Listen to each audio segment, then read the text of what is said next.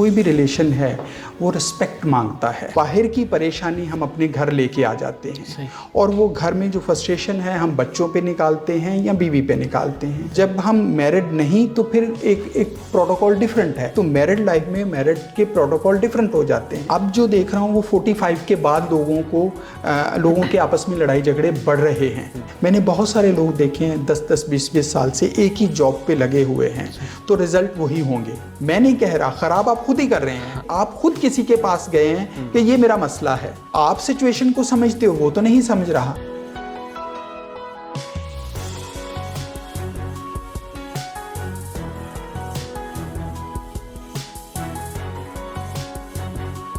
अस्सलाम वालेकुम नाज़रीन, शेयरिंग ऑफ प्रोफेशनल विजडम के साथ मैं हूं आपका मेज़बान अली रहमान खालिद।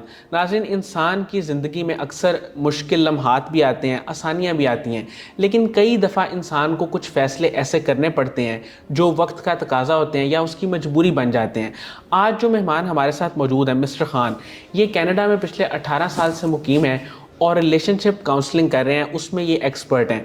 हम आज इनसे जानेंगे कि कोई भी रिलेशनशिप जो इतनी मोहब्बत से बनाया जाता है और उसमें ज़ाहिर है कि एक्सपेक्टेशंस भी होती हैं, वो जब एक्सपेक्टेशंस हर्ट होती हैं तो बात चलते चलते अलहदगी तक भी पहुंच जाती है। तो ऐसी सिचुएशन क्यों आती है, इसमें किसकी गलती होती है, या इसमें एक ग्रूमिंग और तरबियत का एलिमेंट भी है जो कहीं ना कहीं मिसिंग है, जिसकी वजह से ये सारे मसाइल पैदा होते हैं। ये सारी डिस्कशन आज हम इनसे करेंगे। अस्सलाम वालेकुम मिस्टर खान साहब, कैसे हैं आप? ठीक है, मैं ठीक हूँ, आप कैसे हैं? अल्हम्दुलिल्लाह सर, आप मुझे ये बताइएगा कि एक रिलेशनशिप जो एक इंतहाई उम्मीदों के साथ, मोहब्बत के साथ, प्यार के साथ स्टार्ट किया जाता है, वो कोई भी रिलेशनशिप हो, तो वो बाद में बड़ा एक वक्त आने पे टॉक्सिक भी हो जाता है या परेशान कुन बन जाता है। सर, इसकी क्या वजूहात होती हैं? एक रिलेशनशिप के बेसिक एलिमेंट्स क्या हैं जो उस रिलेशनशिप में हर हाल में लाजमी होने चाहिए? बहुत सारी चीज़ें हैं, मगर हम कुछ चीज़ों को डिस्कस करेंगे जो बहुत ज़रूरी हैं। सबसे ज़रूरी जो चीज़ होती है, कोई भी रिलेशन है वो रिस्पेक्ट मांगता है। ख़ास तौर पे अगर आप मैरिज लाइफ की बात करें तो उसमें अगर आप रिस्पेक्ट का एलिमेंट नहीं रखते तो कहीं ना कहीं आप प्रॉपर उस रिलेशन को लेके नहीं चल रहे। दूसरी चीज़ जो मैंने देखी है, नॉर्थ अमेरिका में हो या पाकिस्तान में हो, कहीं भी हो, एक रिस्पेक्ट और दूसरा होता है कि आप कितना कॉन्फिडेंस दे रहे हैं किसी भी रिलेशन को, क्योंकि रिलेशन आपकी नस्ल को बनाएगा। कोई भी रिलेशन है जो मैरिज रिलेशन है, बिल्कुल, और वो आप उसको आगे लेके चल रहे हो, इसीलिए कॉन्फिडेंस देना बहुत ज़रूरी है रिलेशन को लेके। फिर छोटी छोटी बहुत सारी ऐसी बातें होती हैं, उसमें कुछ फाइनेंस के भी मसले हो जाते हैं लोगों के साथ, कुछ फैमिली जो होती हैं, जॉइंट फैमिली के साथ लोग रहते हैं, वो भी हो जाते हैं। मगर जब आप कॉन्फिडेंस दोगे तो एक दूसरे के साथ रहना और जीना आ जाएगा, जो बहुत ज़रूरी है एक हस्बैंड और वाइफ के लिए। और दूसरी बात जो मैंने देखी है, यहाँ की मैं बात नहीं, मैं वहाँ की बात कर रहा हूँ, कि जो इश्यूज़ होते हैं कहीं ना कहीं फ्रस्ट्रेशन हमें रुपए पैसे की होती है, जॉब्स की होती है, जो हम इमेच्योर होते हैं कि हमें कहाँ क्या बात करनी है, वो बाहर की परेशानी हम अपने घर लेके आ जाते हैं और वो घर में जो फ्रस्ट्रेशन है हम बच्चों पे निकालते हैं या बीवी पे निकालते हैं। इसी तरीके से बीवी भी ऐसे ही करती है कि बाहर की परेशानी, चाहे वो जॉब्स की है, क्योंकि उन मुल्कों में ज़्यादा परेशानियां यही होती हैं, क्योंकि वहाँ एंड ऑफ मंथ हर किसी ने बिल देना है, मॉर्गेज जाएगी, उसकी इंश्योरेंस जाएगी, तो ये बहुत सारी परेशानियां लेके बैठे होते हैं। इसलिए उनके लिए उनको मैनेज करना बहुत ज़रूरी है। रिलेशन में मैनेजमेंट जो है ये एक बहुत अच्छा किरदार होना चाहिए। इसको लेके अगर हम मैनेजमेंट अच्छी कर सकते हैं तो मेरा ख़्याल है कि हम किसी भी रिलेशन को खूबसूरती के साथ लेके चल सकते हैं। सर, मुझे ये बताइएगा कि जब भी कोई रिलेशनशिप डेवलप होता है, उससे पहले एक ख़ातून का और एक मर्द का, उसकी काउंसलिंग या उसकी तरबियत उस रिलेशनशिप के हवाले से वो कितनी इम्पॉर्टेंट है कि उसकी एक अंडरस्टैंडिंग डेवलप हो कि जिस रिलेशनशिप में वो जा रहा है या जा रही है उसमें उससे क्या एक्सपेक्टेशंस हैं, उसके राइट्स क्या हैं और उसकी ड्यूटीज़ क्या हैं। ये बहुत ज़रूरी है। मैं कहता हूँ ये जो हम कहते हैं ना कि एक बर्थडे का केक काटना होता है, मैं इसको समझता हूँ कि ये काउंसलिंग उससे ज़्यादा ज़रूरी है। अगर हम किसी भी ऐसे रिश्ते में बंध रहे हैं तो जब तक कि हम उसकी काउंसलिंग नहीं लेते तब तक हमें बहुत सारे भेद जो होते हैं उनका पता नहीं होता कि आगे जाके क्या होगा। हमारे जो बड़े हैं या जो हमारा कल्चर है उसमें बहुत सारी चीज़ें हम सीखते हैं रिलेशंस को लेके कि हमें क्या करना चाहिए क्या नहीं करना चाहिए। अक्सर लोग कहते हैं शाम को जल्दी घर आना चाहिए, कि तेरी नवी नवी शादी हुई है शाम को जल्दी घर। ये भी एक करैक्टर है जो हम डेवलप कर रहे हैं हमारे अंदर। जब हम मैरिड नहीं तो फिर एक प्रोटोकॉल डिफरेंट है। जब हम मैरिड हो जाते हैं तो मैरिड लाइफ में मैरिड के प्रोटोकॉल डिफरेंट हो जाते हैं। जब तक हम उनको फॉलो नहीं करते तो हमें रिश्तों में आगे जाके मुश्किल परेशानी होनी ही होनी है। तो इसलिए जो नए कपल्स हैं उनके लिए बहुत ज़रूरी है कि वो कोई अच्छी बुक्स हैं अगर वो पढ़ सकते हैं तो पढ़ें, अगर कहीं सुन सकते हैं तो वो सुने, क्योंकि वो सब कुछ हमारी ज़िंदगी में कहीं ना कहीं थॉट्स हमारे अंदर वो डेवलप कर रहे हैं। जो थॉट्स हम कहीं से लेते हैं, कि अच्छे थॉट्स हम कहीं से सुन के पढ़ के लेंगे तो वैसे ही हम हो जाएंगे। तो मैरिज के लिए मैं यही कहूँगा कि हर बंदे को चाहिए कि वो ज़रूर इसके लिए काउंसलिंग ले। सर, आपके पास जो लोग आते हैं काउंसलिंग के लिए और वो आपसे टाइम लेते हैं, आपसे डिस्कस करते हैं अपने प्रॉब्लम्स, उसमें अगर रेशियो एक निकाली जाए रफ सी, तो मोस्टली जो प्रॉब्लम्स हैं वो उनका जो एक स्टैंड पॉइंट है वो क्या होता है जिसकी वजह से वो प्रॉब्लम्स जनरेट होते हैं? मोस्टली केसेस में वो क्या बात होती है? देखिए, हर दौर में चेंज हो रहा है जो मैंने देखा है। मैं अब जो देख रहा हूँ वो 45 के बाद लोगों के आपस में लड़ाई झगड़े बढ़ रहे हैं। उससे कुछ अरसा पहले की अगर मैं 4-5 साल पुरानी बात करूं तो वो यंग कपल्स में ज़्यादा थे। अब मैंने 45 के बाद देखा है कि लड़ाई झगड़े, परेशानियां, दुख तकलीफ़ बढ़ रहे हैं। कुछ परेशानियां होती हैं, आई अंडरस्टैंड नेचुरली, हाँ, मगर कुछ हमारे ख़यालात ऐसे हैं जो हमें परेशान रखते हैं साइकोलॉजिकली। तो बेहतर वही बात हम करेंगे जो पहले बात की थी। काउंसलिंग यही बताती है कि ये सिम्टम्स हैं, ये परेशानी नहीं है। ठीक है। ट्राई टू अंडरस्टैंड कि जब हम सिम्टम्स को परेशानी समझ लेते हैं तो वो परेशानी बन जाती है, हालांकि है नहीं है। मेरी बात समझ गया? तो इसलिए जो मेरे एक्सपीरियंस से गुजरी है बात, वो ये है कि अब प्रॉब्लम्स जो आ रही हैं वो 40+ को आ रही हैं रिलेशंस को लेके, जिसमें बहुत सारी चीज़ें, बच्चों को इशू होते हैं तो कहीं ना कहीं फ्रस्ट्रेशन निकल रही होती है। बच्चों की वजह से माँ बाप परेशान हैं, आपस में लड़ाई झगड़ा शुरू हो जाता है उन बच्चों की वजह से। कहीं ना कहीं रुपए पैसे की वजह भी होती है। कहीं ना कहीं ऐसा हो रहा होता है कि प्रॉपर जो घर का एक सिस्टम है वो नहीं चल रहा। सही। तो उससे भी परेशानी घर में होती, हमें पता नहीं होता क्योंकि हम मैनेज नहीं कर सक रहे कि परेशानी है और क्या है और किस वजह से है। सर, ऐसी सिचुएशन में, चलें ये एक सिचुएशन अब आपने खुद ही बताई है कि फाइनेंशियल इश्यूज़ हैं, इस सिचुएशन में आप उन्हें क्या गाइड करते हैं कि क्या वो किसी से हेल्प ले लें, अपनी जॉब स्विच करें, फाइनेंशियल इश्यूज़ को वो किस तरह मैनेज करें कि उनका रिलेशनशिप इफेक्ट ना हो? जी बिल्कुल, मैं अक्सर ये जो कपल्स हैं या जो फैमिलीज़ हैं उनसे यही बात करता हूँ कि मैंने देखा है लोग डरते हैं। मैंने बहुत सारे लोग देखे हैं 10-10, 20-20 साल से एक ही जॉब पे लगे हुए हैं, तो रिज़ल्ट वही होंगे जो 10 साल पहले थे।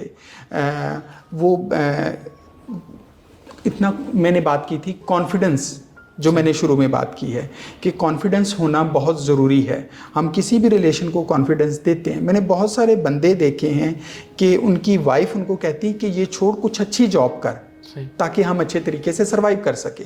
तो कुछ लोग करते हैं, कुछ लोग नहीं करते, जिसकी वजह से इशू रहते हैं। मगर बात वही आ जाती कि हर बंदे की अपनी ही परेशानी है जो खुद बना के बैठा हुआ है। ऐसा नहीं, मैं कहता हूँ कि अगर यहाँ नहीं हो रहा तो इसको छोड़ दो, कुछ और ट्राई करके देखो, ज़िंदगी अच्छी बेहतर हो जाएगी। कुछ लोग हैं, मैंने उनको देखा है कि वो एक ही घर में रेंट पे रह रहे हैं, वो वहाँ से मूव नहीं होते। वजह क्या होती है कि जो हमारा सर्कल है यहाँ पे, ठीक है, हम उस सर्कल को नहीं छोड़ सकते। तो सम टाइम वो ब्लैंकेट जो है वो मुश्किल परेशानी पैदा करता है। बात वही आ जाएगी कि आपके गोल अगर हस्बैंड एंड वाइफ के एक हैं तो अगर आप कुछ सोचते हैं हमने अपने लिए या अपने बच्चों के लिए कुछ अच्छा करना है, तो मेरा ख्याल ज़िंदगी और आसान हो जाती है। सर मुझे ये बताइएगा कि बहुत सारे केसेस में हम भी देखते रहते हैं, सुनते रहते हैं न्यूज़ में, आपने भी देखा होगा, आपका तो प्रैक्टिकल एक्सपीरियंस है कि फाइनेंशियल इश्यूज़ भी नहीं होते और हेल्थ के हवाले से भी चीज़ें ठीक होती हैं, सब कुछ ठीक होता है, लेकिन इसके बावजूद जो है ना वो कॉन्फ्लिक्ट्स इतने ज़्यादा हो जाते हैं, आपस में तलखी इतनी बढ़ जाती है और कोई एक दूसरे की बात सुनने को तैयार नहीं होता। उसकी क्या वजह होती है? उसकी देखें, जो मेरा एक्सपीरियंस है वजह बहुत हैं, मगर मैं 2-3 बातें ऐसी बताऊंगा जो मेरे एक्सपीरियंस हैं। मैंने लोगों से वो सुनी हैं, लोगों में देखी हैं। जो आप बात कर रहे हैं कि वो इशू बने हैं, हालांकि ना तो रुपए पैसे का मसला है, ना कोई सेहत का मसला है, ना किसी चीज़ का मसला है। मसला समटाइम हमारे कुछ आदतें ऐसी हैबिट्स होती हैं, ठीक है, और उन हैबिट्स में हम कुछ लोग ऐसे भी हैं हम में जो लोगों की सुनना पसंद करते हैं, ठीक है, और अपनी पर्सनल लाइफ में लोगों से डिस्कस करते हैं, घर से बाहर जाके बात करते हैं या बाहर की बातें घर आके करते हैं।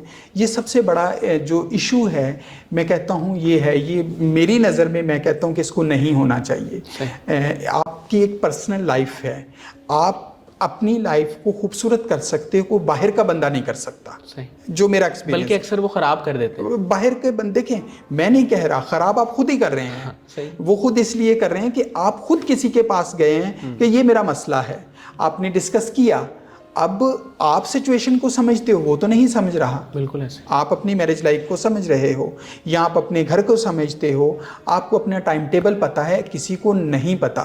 तो खुदाया आप किसी से अपना जो घर का मसला है जितना भी कोशिश करें कि उसको डिस्कस ना किसी से करें।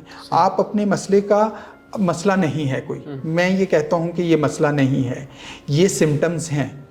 तो ये जो सिम्टम्स आप बना रहे हो, क्रिएट कर रहे हो, वो ना करो, क्योंकि आगे जाके वो परेशानी बनेगी ही बनेगी। अच्छा सर, एक जो है ना इशू बड़ा रियल टाइम फेस करने को मिलता है, वो ये होता है कि अक्सर किसी मैरिज में खातून या मर्द या दोनों में से किसी एक या दोनों को, उनको ऐसा महसूस होता है कि अगर हम इस रिलेशनशिप में से निकल जाएं, टेम्परेरीली उनको फील होता है एक कुछ अरसा गुजारने के बाद, इस रिलेशनशिप में से हम निकल जाएं और किसी और रिलेशनशिप में चले जाएं तो वो इससे बेहतर होगा। सर ये मिथ, इसको आप बताएं कैसे हल किया जाए? देखिए, आपने एक अभी बोला ये मिथ है। जी सर। तो जब मिथ होती है ना, मैं समझता हूँ कि ये स्लो पॉइजनिंग का काम करती है किसी भी रिलेशन को लेके। जब हम ऐसा सोचना शुरू करते हैं तो हमारे थॉट्स वैसे होना शुरू हो जाते हैं। बिल्कुल। तो एक ना एक दिन फिर हम वैसे ही हो जाते हैं। अगर हम इस रिलेशन में अगर ये सोच रहे हैं तो आपको इसकी काउंसलिंग लेनी चाहिए। सही। काउंसलिंग यहाँ पे अप्लाई ज़रूर करनी चाहिए। अगर यहाँ पे आप काउंसलिंग अप्लाई नहीं कर रहे तो आप अपने साथ गुनाह कर रहे हैं। सही। ज़्यादती कर रहे हैं। ज़्यादती कर रहे हैं कि आप अपना ही नुकसान कर रहे हैं, क्योंकि यहाँ ज़रूरत है, ये ज़रूरत ज़िंदगी है। जैसे हम किसी डॉक्टर के पास जाते हैं कि ये मसला है मुझे, सम टाइम हमें समझ नहीं आ रही होती, क्योंकि हमें कोई ना कहीं एरर आ गया है हमारे अंदर। हमारे सॉफ्टवेयर में कोई ना कोई ऐसा एरर आया है जो हमें ग्रे जोन में ले गया है, जहाँ पे हम फैसला नहीं कर सकते और करना भी चाहते हैं। ब्लैक एंड वाइट हो तो मेक सेंस, अगर ग्रे में है तो मैं कहता हूँ ज़्यादा नुकसानदेह है, काउंसलिंग ले लेनी चाहिए। हाँ, उसके लिए आपको काउंसलिंग लेनी ही चाहिए। अगर आपके घर में कोई बड़ा है तो ज़रूर उससे एडवाइस लें। जो मैं सोच रहा हूँ, जो मैंने लोगों में देखा है कि ये ज़रूरी है। सर आपने एक बात की थी शुरू में कि अक्सर बच्चे भी जो हैं वो माँ बाप की अलैदगी का बाइस बन जाते हैं। सर मैं चाहूँगा मुख्तसर आप इस चीज़ को थोड़ा एक्सप्लेन करें कि बच्चों का तो बड़ा एक पॉजिटिव रोल होता है कि वो माँ बाप को जोड़ के रखते हैं, एक उनमें कनेक्शन होते हैं, तो ये कैसे नेगेटिव रोल पे चले जाते हैं? देखिए, बच्चे माँ बाप को नहीं जोड़ के रखते। अगर इसको थोड़ा सा आप दूसरी सिमत से देखें, जब बच्चे पैदा होते हैं तो माँ बाप आपस में जुड़े रहते हैं बच्चों की वजह से। अच्छा। जो मैंने देखा है। बिल्कुल सही। आप भी यंग हैं, कॉम्प्रोमाइज कर लेते हैं। कंप्रोमाइज, माँ बाप कंप्रोमाइज कर लेते हैं, बच्चे कंप्रोमाइज नहीं करते होंगे, मैं ऐसा नहीं कह रहा, मगर डिपेंड करता है कि क्या सिचुएशन है। मगर मैं अगर नॉर्थ अमेरिका की बात करूं तो वहाँ और यहाँ के कल्चर में बहुत फ़र्क है। ठीक है, वहाँ के बच्चे को बहुत फ्रीडम है किसी भी चीज़ को लेके वो जब जैसे जैसे उम्र में बढ़ते जाते हैं वो आज़ाद ख्याल हो जाते हैं। ठीक है। अगर उनको कुछ समझ नहीं आ रहा माँ बाप को लेके तो वो माँ को कहेंगे छोड़ दे, जस्ट लीव इट। ठीक है। अगर क्योंकि वो माँ के क्लोज होते हैं बच्चे, तो कहीं ना कहीं माँ को प्रोटेक्शन होती है बच्चों की भी। तो बच्चे किरदार अपना पूरा कर रहे होते हैं, गलत नहीं मैं उनको कह रहा, कहीं नहीं कि कुछ ना कुछ बच्चे ऐसे मेरी प्रैक्टिकल लाइफ में गुजरे हैं जो ज्यादती कर जाते हैं। तो माँ बाप को अंडरस्टैंड होना चाहिए कहीं बच्चे हमसे कोई फ़ायदा तो नहीं उठा रहे। सर मैं आपकी बात बिल्कुल समझ रहा हूँ। सर आखिर में इसको हमें शॉर्ट करते हुए इस बात पे मैं आपसे एडवाइस लेना चाहता हूँ कि अगर कोई मियाँ बीवी इस वक्त हमारा ये प्रोग्राम देख रहे हैं, किसी में कोई अगर कॉन्फ्लिक्ट भी चल रही है या कोई ऐसे फेस में से गुजर रहा है जी जी, या नहीं भी गुजर रहा, उसका कोई करीबी या अजीज़ गुजर रहा है, सर आपकी तरफ से क्या टिप्स हैं कि वो अपने रिलेशनशिप को किस हद तक बचाने की कोशिश करें और किस तरह बचाएं? देखें, अगर कोई सिचुएशन से गुजर रहा है या नहीं गुजर रहा, अगर गुजर नहीं रहा तो कभी गुजर तो सकता है जी सर। तो उसके लिए मैं कहता हूँ कि इस रिलेशन में वही बात आ जाएगी या किसी भी रिलेशन में मैच्योर होना ज़रूरी है।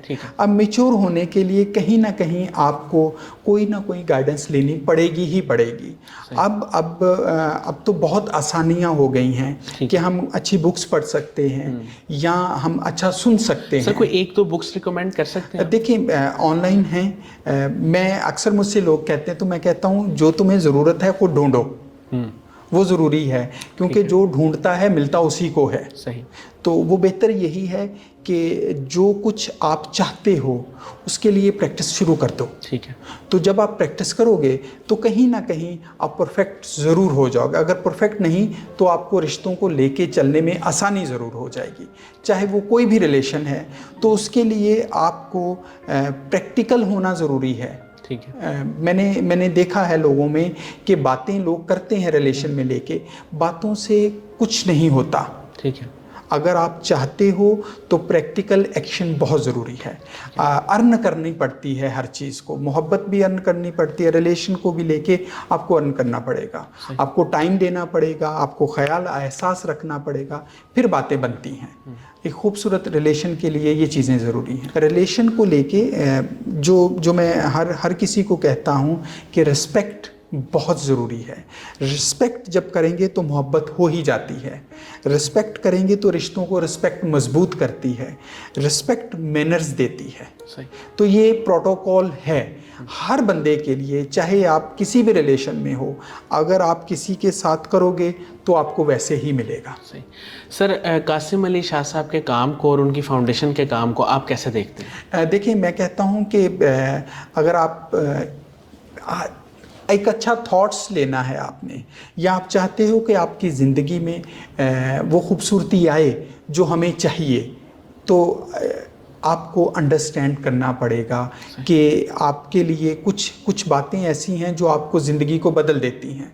अगर मैं अपनी प्रैक्टिकल देखूं तो मैंने कासिम साहब को बहुत सुना है और बड़े गौर से सुना है, बल्कि मैं कहूँगा ईमानदारी से सुना है। तो ईमानदारी से सुनो तो ज़िंदगी बदलती है। Thank you so much mister Khan साहब, आपने हमारे लिए टाइम निकाला। नाज़रीन, मुझे उम्मीद है कि इस इंटरव्यू से आपको बहुत कुछ सीखने को मिला होगा, ख़ास तौर पे एक रिलेशनशिप में जो छोटी छोटी प्रॉब्लम्स होती हैं उनको कैसे मैनेज किया जा सकता है और काउंसलिंग की इम्पॉर्टेंस कितनी ज़्यादा है वो इस इंटरव्यू में आपको पता चला होगा। इसके साथ ही इजाज़त दीजिए, अपना बहुत ही ख्याल रखिएगा। इंशाल्लाह दोबारा मुलाकात होगी। अल्लाह हाफ़िज़।